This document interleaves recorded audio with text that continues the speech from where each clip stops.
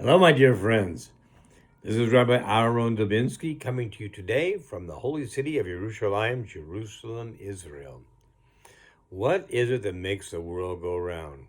Contrary to the song on Broadway, it's not money. It's more than that. It's the connection we all have one to the other. If you recall, going right back to the very beginning of Torah, one person was created, Adam, and his wife, Chava.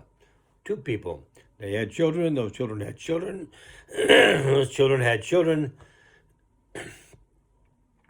What's the point I'm trying to make? The point I'm trying to make is we're all related. We're all together. We're all part of the very beginning, same soul. It says Hashem made man out of the dust. And it says he blew into his nostrils the breath of life. The breath of life.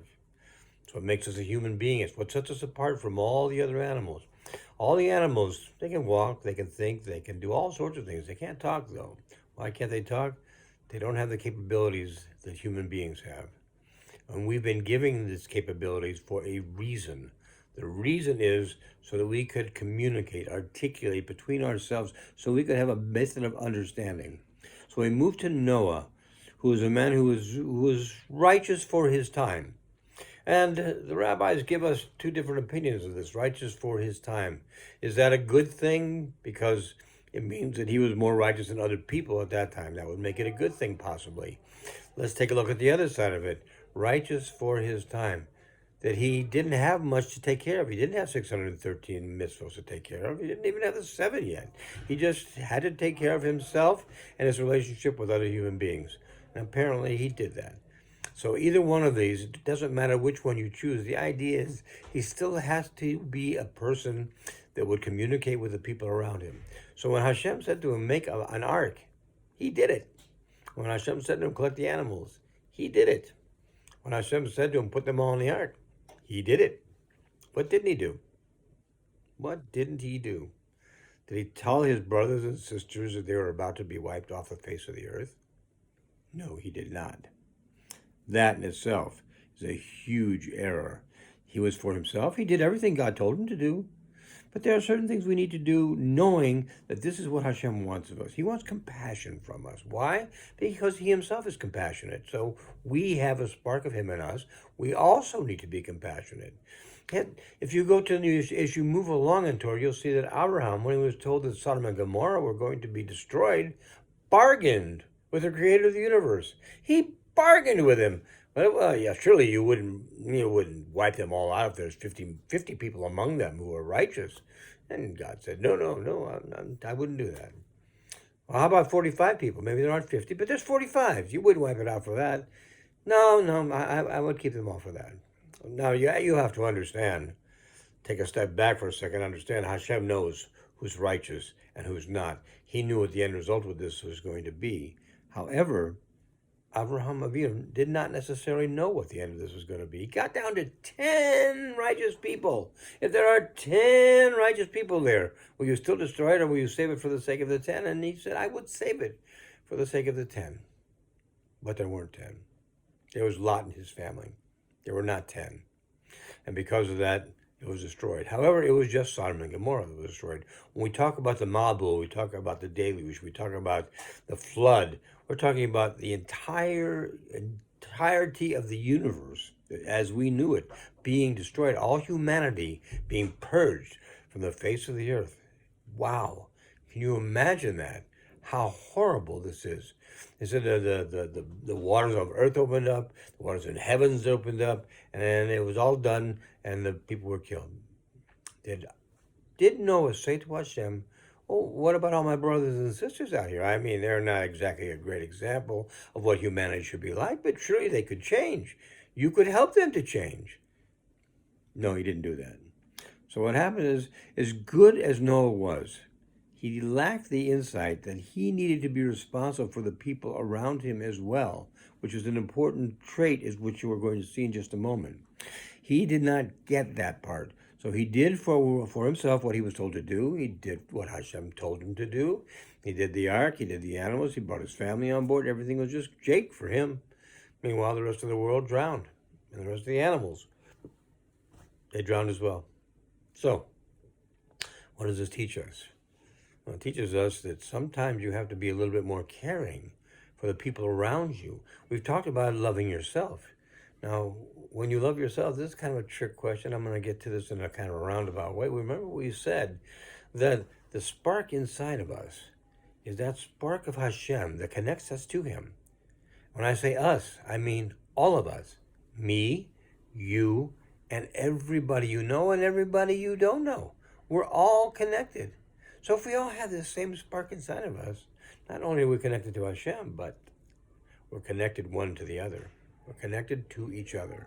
There are rare exceptions to this, which we will not go into right now, but for the most part, we are connected one to the other. We have to understand that we are responsible one for the other.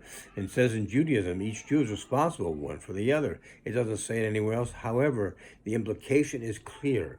We need to watch out for one another. So, what we do is we take a look around, and if people are not being where they should be, perhaps it's up to us to make sure that we tell them, you should try to do this, you should try to do that, perhaps you consider doing this, you consider doing that.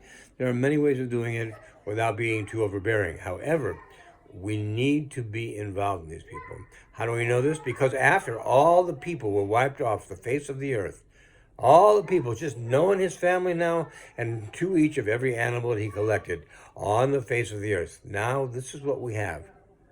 And the world is going along. Why did this happen? Well, let's understand. There was immorality. There was idolatry. Both of these were abhorred by Hashem. But what does it say? Because of robbery. Robbery. Robbery consists of me, not me personally, but someone taking something from someone else. It's a relationship between man and his brother. That was the reason, and it was mentioned a couple of times. So we know for sure it wasn't just a guess. This was the reason. It was robbery was the deciding thing that made Hashem take all of humanity off the face of the earth. For all of the problems in morality, all the problems in idolatry, it was nonetheless robbery was the final reason why he said they've got to go. So this is done. Noah's left. His family is left. And things start to move on. You would think anybody who comes from Noah and his family, these are the only ones left, that all these people would remember the flood and would make sure this doesn't happen again. Let me tell you something, my friends. They did know why. They did know it was because of robbery. They did know it was because of man's inhumanity to man, which unfortunately we still see a lot of today. And they knew that.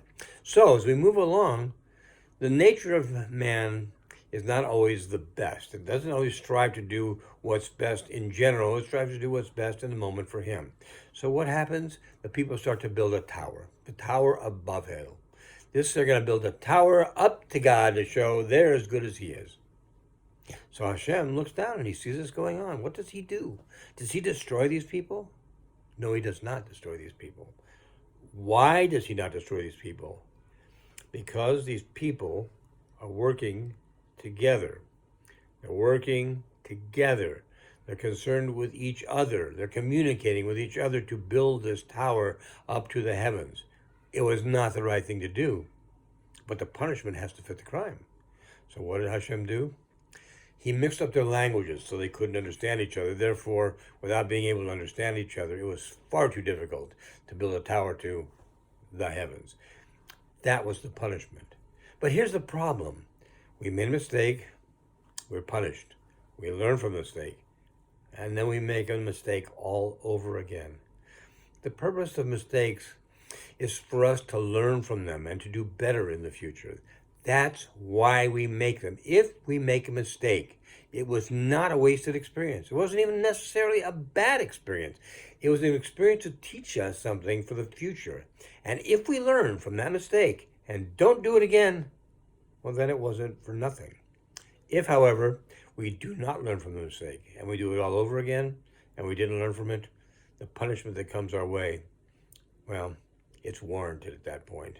So we have to make sure that we learn from our mistakes, we move forward, we watch out for one another, we take care of each other, we look out for one another. If we can do that, we can have a terrific world. We can all work on our own personal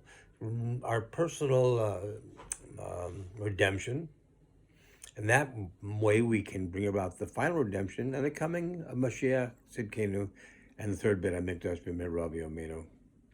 Have a superb weekend, my friends. A good Shabbos and a good week ahead. Be well. God bless.